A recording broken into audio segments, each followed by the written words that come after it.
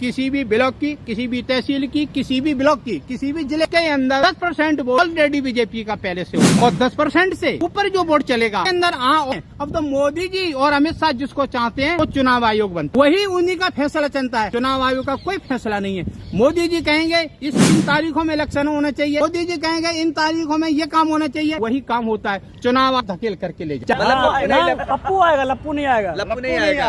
मोदी जी ने नाश कर दिया, नाश कर दिया। मतलब आपको हो गया बड़ा बड़ा जो हो गया, IIT हो गया, कानपुर हो गया, बॉम्बे हो गया, मतलब जितना बड़ा बड़ा चीज है जो हमारे राहुल गांधी की पार्टी जो कांग्रेस नहीं किया है, बीजेपी ने कुछ नहीं किया है, बस खाली हिंदू मुस्लिम की तरह कुछ नहीं किया है। या आ जाओ यहाँ आ जाओ। औरंगजेब शिक्षा पे 18% GST लग गया, समझ गए? यही तो दिमाग में भर गया आप लोगों के। हाँ, औरंगजेब के मेरे बेटे के बराबर पढ़ाई नहीं कर सकता। ऐसा क्या नहीं चाहिए हमें जो हम अपने भारत का डिसीजन में सही ले दे पाए। 14 में 420 रुपए का है, 540 रुपए का है। क्या बात कर रहा है? क्या बात कर रहा है? क्या बात कर रहा है?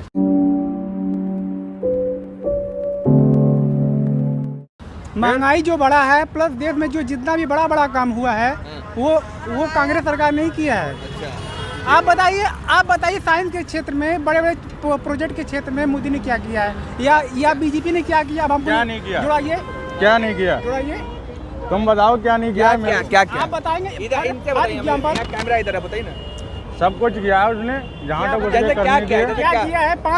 पांच ऐसे संस्थान का नाम बता दीजिए जो सबसे बड़ा बड़ा प्रोजेक्ट किया है। मैं आपको 5 नहीं 10 बताऊंगा। आज इस रोड पे आज रात के 10 बजे आप चल रहे हो बिना सपोर्ट के, बिना वादे चल रहा हूँ अभी। इससे पहले चलते थे कभी? यहाँ से निकलने के बाद 2 मिनट में लुट जाते थे बंदे। यहाँ की बात कर रहे हो? ट्रेन के अंदर कांस्टेबल का कत्ल होगा, मर्डर, बलात्कार हो गया उसका, वो तुम्हारे योगी की सरकार में हो गया, समझ गए? जब कांस्टेबल सुरक्षित नहीं रहेगी महिला तो आम जनता का क्या हाल है, समझे? महिला सुरक्षित नहीं है ना, ऐसे सरकार को शर्माना चाहिए। हकीकत बता रहा हूँ। अरे मोदी नहीं करवा रहा था, सरकार क्या रही, शासन का क्या हो रहा है? नहीं, शासन क्या हो रहा है? जब महिला कांस्टेबल सुरक्षित नहीं है तो आम जनता रहेगी? लेकिन पुलिस का कहना है गैंग रेप हो गया उसमें। लेकिन अमित शाह तो कह रहे थे कि भाई 12 साल की लड़की को जो है ना जेवर पहना के घुमाते हैं 12 बजे रात में वो भी। हाँ जी, आके यूपी में आके देखो जरा, पता लग जाएगा कैसे घूमते हैं। अभी मैं निकालूंगा, अभी यहाँ इस तनावनी वाली पुलिया से निकालूंगा, अभी पता लग जाएगा। यहीं लुट जाओगे, यहीं लुट जाओगे, यहीं। अरे रामराज हॉट सिटी में रामराज मंदिर बन रहा है ना इन भिखारियों के लिए, इन भिखारियों के लिए मंदिर बन रहा है, वहाँ नौकरी मिलेगी सबको। अच्छा ये बताइए क्या मतलब, क्या आप मंदिर मतलब खुश नहीं है आप? क्या? अरे मंदिर से सब कुछ मंदिर में होगा, शिक्षा भी मंदिर में मिलेगी, आपको रोजगार भी मंदिर में मिलेगा, सब कुछ मिलेगा मंदिर में। अब भी मंदिर बन रहा है। अरे बच्चों का भविष्य देखिए भैया, बच्चों की शिक्षा कहाँ पहुँच रही है? अरे शिक्षा फ्री होनी चाहिए। आ जाओ यहाँ आ जाओ। औरंगजेब शिक्षा पे 18% GST लग गया, समझ गए? यही तो दिमाग में भर गया आप लोगों के। हाँ, औरंगजेब के जमाने में हिंदू सुरक्षित था। देखो क्या जाना है? मेरा नाम हरिंदर है। क्या बोले हमें कह रहे औरंगजेब आने वाला चाहिए इन्हें। अच्छा। हाँ, एक पप्पू 28 दलों को लेके चल रहा है, उसे समझ नहीं बात करने का, वो प्रधानमंत्री बनेगा। भाई तो मोदी भी तो 38 दल को लेके चल रहे हैं प्रधानमंत्री। भाई देश का विकास हो रहा है ना, दुनिया देख रही, यही हाईवे था। अरे यही तो अभी सुना रहे, कुछ विकास नहीं हुआ है। भाई उनको नहीं लगेगा विकास, उन्हें क्यों दिखेगा? क्या हुआ? 2-4 काम गिनाइए। अरे इनको रोजगार मिलेगा मंदिर के अंदर भाई। हाँ मिलेगा, बिल्कुल मिलेगा, क्यों नहीं मिलेगा भाई? क्या हाँ हमें मिलेगा, आपको मिले ना मिले। हाँ बिल्कुल क्या भाई इधर क्या आप ही बैठेंगे पंडित जी गमछा लेके ना, आप ही बैठेंगे वहाँ। ऐसे कर लेना इसको। क्या बोले? ये बोले कि भाई अच्छा काम हुआ है, बहुत अच्छा काम। कौन से स्कूल में बच्चे पढ़ रहे हैं आपके? कहाँ पढ़ रहे हैं? आप बताइए। रोहित मॉडल पब्लिक स्कूल में पढ़ रहे हैं। रोहित मॉडल। हाँ, कितने % जरा किताबों के मूल्य उठा के देखना, उनका क्या मूल्य है, मूल्य उठा के देखना। इधर आइए, आगे मूल्य उठाइए उनका। वो तो कहे सब अच्छा आ गया, रामराज आ गया। हाँ तो 5 हाईवे पे रात को AC बस लुटती थी यमुना एक्सप्रेस पे। ये यमुना एक्सप्रेस है। अरे भाई आगे चल के है नहीं, ये यमुना एक्सप्रेस है। तो वही बात है ना, घुमाने वाली। अरे भाई जितनी नॉलेज है उतनी बात कीजिए, समझे? तो 5 अच्छे काम गिनवा दो जो गवर्नमेंट के, गिनवाइए 5 काम गिनाएगा। धारा 370 वो अच्छे काम नहीं थे। सबने प्लॉट ले लिया होंगे वहाँ जाके, जो ले रहा हो ले लो ना जाके। पैसा तुम भी लोगे। पैसा एक तो ले लो जाके वहाँ। धारा 370 हटने के बाद बोले थे कि कश्मीर में अरे भाई देखो, अरे भाई साहब LIC जो थी आज सुनो, अरे मेरी बात यार, तुम लोग बात समझ नहीं। अरे भाई साहब पहले बात सुनोगे। LIC जो थे, LIC कॉर्पोरेशन ऑफ इंडिया, ये कब हुआ? मनमोहन सिंह की सरकार में हुआ। सुनो मेरी बात, अरे भाई सुनो तो पहले यार। LIC यार ये भाई समझ नहीं पा रहे। उस टाइम पे पता है, अलीगढ़ से करो और सीधे नौकरी जाओ, ये हिसाब है ना। अलीगढ़ से करो हाई स्कूल इंटर और सीधे यूपी पुलिस में जाओ, ये हिसाब था उस टाइम पे। नहीं ये सिस्टम था। देखो प्राइवेटेशन, नहीं भाई जैसे बोल रहे प्राइवेटेशन की जो बात है ना, सुनो मेरी बात, प्राइवेटेशन की ज्यादा बात है ना। LIC कॉर्पोरेशन ऑफ इंडिया जब यूपीए की सरकार थी, उसके पहले जो पब्लिक गवर्नमेंट थी, 4 साल ठीक है। मोदी का एक फायदा बताओ, मुझे एक फायदा बताओ। फायदा कैसे? एक तो देखो, पहली बात, कांग्रेस सरकार थी, जगह जगह गड्ढे थे। हाँ भाई, ठीक है।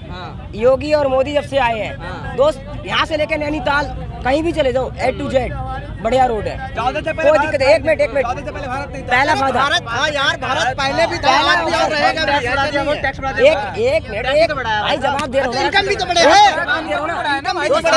कैसे नहीं बढ़ेगा?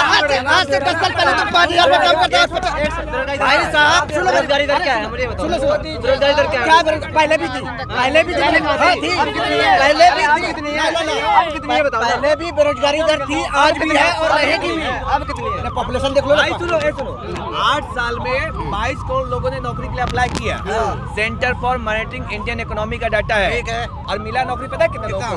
सिर्फ 8 लाख लोगों को। अच्छा, 8 साल में इतना पड़ेगा? 8 साल में 8 करोड़ लोगों ने अप्लाई किया, मिला सिर्फ 8 लाख लोगों को नौकरी। भाई साहब नहीं, 8 साल पहले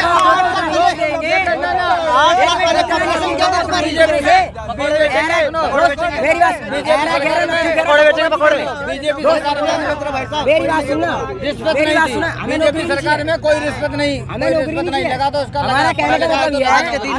अमित शाह का बेटा कौन कॉल जीता? अमित शाह के बेटे को कौन सा कॉल जीता जो बना दिया?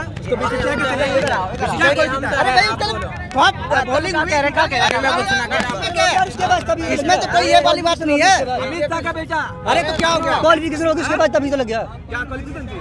क्या तो लालू यादव का बेटा में क्या क्वालिफिकेशन? जो डिप्टी सीएम बन गया 8वां 5 साल, वो क्या है? अरे तो वो तो गलत है, गलत है ना, वो गलत है।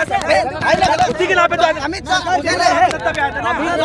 अमित सरकार गलत है, ये बताइए भाई साहब, अमित शाह भी चलते कोई 14 में से उठा कर नहीं चल सकते। रात को भी निकल जाओगे ना तो भी तुम्हें 14 पुलिस वाले मिलेगा। अच्छा काम किया। ये दिल्ली, ये सुनो, मैं तो चाहता हूँ गुंडागर्दी खत्म हुई और जो भी आदमी नौकरी पे लगे हुए हैं, अयोध्या में पुलिस वाले अभी पुलिस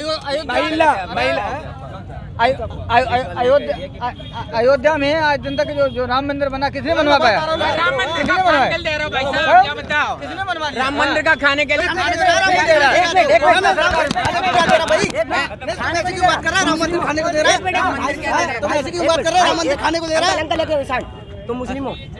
तुम हिंदू? क्या नाम है भाई तुम्हारा? एक मिनट समझती। हाँ तो फिर ये तुम कैसे कह रहे हो राम मंदिर खाने को दे रहा है? तुम्हारा धर्म नहीं है। खाने को नहीं दे रहा। तुम खुद कमाना पता है कितना लेबर काम कर रहा है वहाँ? पता है कितना लेबर काम कर रहा है? लेबर को खाने का मन नहीं मिल रहा। अरे लेबर तो ताजमहल बनना था, वहाँ भी काम कर रहे हैं। ताजमहल बना तो लेबर ने काम करो तो। दोस्त, मेरा कहने का मतलब ये है कि आप हिंदू हो, ठीक है, तो राम मंदिर से आपको दिक्कत क्या है? पैसा सरकार लगा रही है, आप तो नहीं लगा रही। तो मुस्लिम को दिक्कत क्या है? मुस्लिम को दिक्कत है? कोई दिक्कत नहीं है। ये तो कोई दिक्कत नहीं भाई। मैंने नहीं बोला, ये सवाल नहीं करा दोस्त, मैंने ये सवाल नहीं करा कि मुस्लिमों से दिक्कत नहीं है मुस्लिम से। यार जाहिर सी बात है, जो राम मंदिर का विरोध करेंगे धर्म नहीं पूछेंगे। तो मुस्लिम मुसलमानों का तो क्या मुसलमान को वोट करते हैं? नहीं, ऐसा कुछ नहीं है। हम तो मुसलमान टारगेट करते हैं, तो ना उसका विरोध करते हैं ना हम अपना करते हैं। हमारा कहने का मतलब जो हमारा धर्म है वो ही अपनाएंगे हम। अगर उनका धर्म मुसलमान है तो वो अपना मुसलमान धर्म हमें कोई दिक्कत नहीं है, किसी भी तरह की परेशानी नहीं है। छोड़ो, यहाँ पे सीधी बात है। ये बताओ, जय श्री राम बोलते हैं आप? जय श्री राम बोलोगे? जय श्री राम बोलोगे? जय श्री राम, जय श्री राम, जय श्री राम, जय श्री राम, जय श्री राम, जय श्री राम, जय श्री राम, जय श्री राम, जय श्री राम, जय श्री राम, जय जय श्री राम बोलो। एक मिनट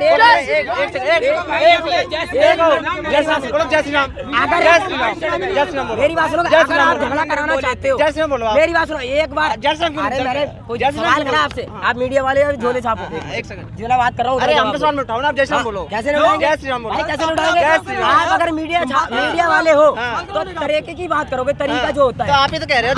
मैंने आपसे बोला जय श्री राम एक बार नहीं, दोस्त जय श्री राम एक बार नहीं, जब तक हमारी जान में सांस रहेगी जब तक जय श्री राम बोलेंगे। ये बात पर एक शर्त पे बोलो, अल्लाह को अल्लाह बोलो। क्यों बोले? क्यों बोले? क्या दिक्कत है? कौन कहेगा? क्यों झगड़ा कराना चाह रहे हो? नहीं हिंदू भाई ये सिर्फ आरएसएस और भारतीय जनता पार्टी की जो गंदी विचारधारा है, वो जो इनकी गंदी जो सोच है, वो ये वन इलेक्शन और कराने जा रहे हैं। इनका सीधा सीधा एक विचारधारा है कि हम इंडिया को चाइना की तरफ धकेल करके ले जाएं। चाइना के अंदर जैसे सारी पार्टियों को खत्म कर दिया, सिर्फ एक पार्टी रह गई। एक पार्टी के बैनर के तले सारे लोग चुनाव लड़ते हैं और अपने आप को जिनपिंग जो वहां के राष्ट्रपति है, उन्होंने अपने जीते जी अपने आप को राष्ट्रपति घोषित कर दिया। जब तक कि वो देश में जिंदा रहेंगे तब तक वो राष्ट्रपति रहेंगे। मोदी जी का यही पैटर्न है कि मैं जब तक जिंदा रहूं इस देश के अंदर, मैं और अमित शाह जब तक जिंदा रहूं और आरएसएस का जब तक दबदबा रहे, मैं ही इस देश का पंत प्रधान रहूं। ये उनकी विचारधारा है। उनको इकोनॉमिक से, इंडिया की इकोनॉमी से कुछ लेना देना नहीं है। उनको गरीबी से कुछ लेना देना नहीं है। भय भूख और भ्रष्टाचार से कुछ लेना देना नहीं है। जबकि मोदी जी 2014 के अंदर जब आए थे तो उनका एक ही नारा था कि मैं भ्रष्टाचार मिटाऊंगा, भय को खत्म करूंगा, भ्रष्टाचार को खत्म करूंगा, जो भूखे मरते हैं गरीब लोग उनको खत्म करूंगा। मोदी जी ने कहा है ना कि जनता इलेक्शन के मूड में रहती है, इसलिए एक देश एक कानून जरूरी है, एक देश एक चुनाव। आप अगर ऐसी आपकी विचारधारा है, हम तो उसका पुरजोर विरोध करते हैं, परंतु वन इलेक्शन यदि आपने कराना है तो आप पेड़ से इलेक्शन कराएं, मशीन को खत्म कीजिए। साथ में ये भी लाइए ना, ये जो चुनावी मशीन हथकंडा है, आपको जीतने का जो हथकंडा है उसको खत्म कीजिए। आप बैलेट पेपर से इलेक्शन कराइए। आप बैलेट पेपर से इलेक्शन क्यों नहीं कराना चाहते? एक संसद है, उन्होंने बयान दिया है हाल ही में कि बटन कहीं भी दबाए आएगी तो बीजेपी। ये तो बीजेपी, ये तो इनकी पूरी साजिश है। 10% मैं कहता रहा हूँ आपको। आप कोई भी मशीन ले लीजिए, किसी भी ब्लॉक की, किसी भी तहसील की, किसी भी ब्लॉक की, किसी भी जिले की, उसके अंदर 10% वोट ऑलरेडी बीजेपी का पहले से होता है और 10% से ऊपर जो वोट चलेगा उसके अंदर और पार्टियों की हार जीत होती है। तो इस देश में चुनाव आयोग भी तो है। चुनाव आयोग टीएन शेषन के बाद चुनाव आयोग नाम की वस्तु खत्म हो गई है। टीएन शेषन एक ऐसा चुनाव आयोग था जिसने इस देश को ये बताया कि चुनाव आयोग भी इस हिंदुस्तान के अंदर एक स्वतंत्र होता है और उसके बाद चुनाव आयोग स्वतंत्र तो है सर। नहीं, अब स्वतंत्र कहाँ है? अब तो मोदी जी और अमित शाह जिसको चाहते हैं वो चुनाव आयोग बनता है, वही उन्हीं का फैसला चलता है। चुनाव आयोग का कोई फैसला नहीं है। मोदी जी कहेंगे इन तारीखों में इलेक्शन होना चाहिए, मोदी जी कहेंगे इन तारीखों में ये काम होना चाहिए, वही काम होता है। चुनाव आयोग की मर्जी नहीं उसमें चलती। वो तानाशाह रूप अपनाते हैं। वो तो तानाशाह है। अच्छा, जब उनको ये लगता है कि अब हम इलेक्शन नहीं जीत पा रहे किसी कारण से, 10% से भी हमारा काम नहीं चल रहा, तो वो हिंदू मुस्लिम करते हैं। वो हिंदू मुस्लिम राइट कराने का प्रयास करते हैं और उसमें मसाला जो झोंकते हैं वो आरएसएस वाले मसाला झोंक देते हैं, जिससे पूरी तरीके से दंगा और फसाद हो जाए इस देश के अंदर। इनकी ये पॉलिसी है। फूट डालो राज करो, ये अंग्रेजों के पैटर्न पे चलते हैं। तो मोदी बीजेपी कह रही है कि कुर्सी खाली नहीं है मोदी जी का। कुर्सी खाली नहीं है? अरे कुर्सी खाली तो तब होगी तब आप पेड़ से इलेक्शन कराइए। आप पेड़ से इलेक्शन कराइए, आप पेड़ से इलेक्शन कराएंगे तब ना कुर्सी खाली होगी।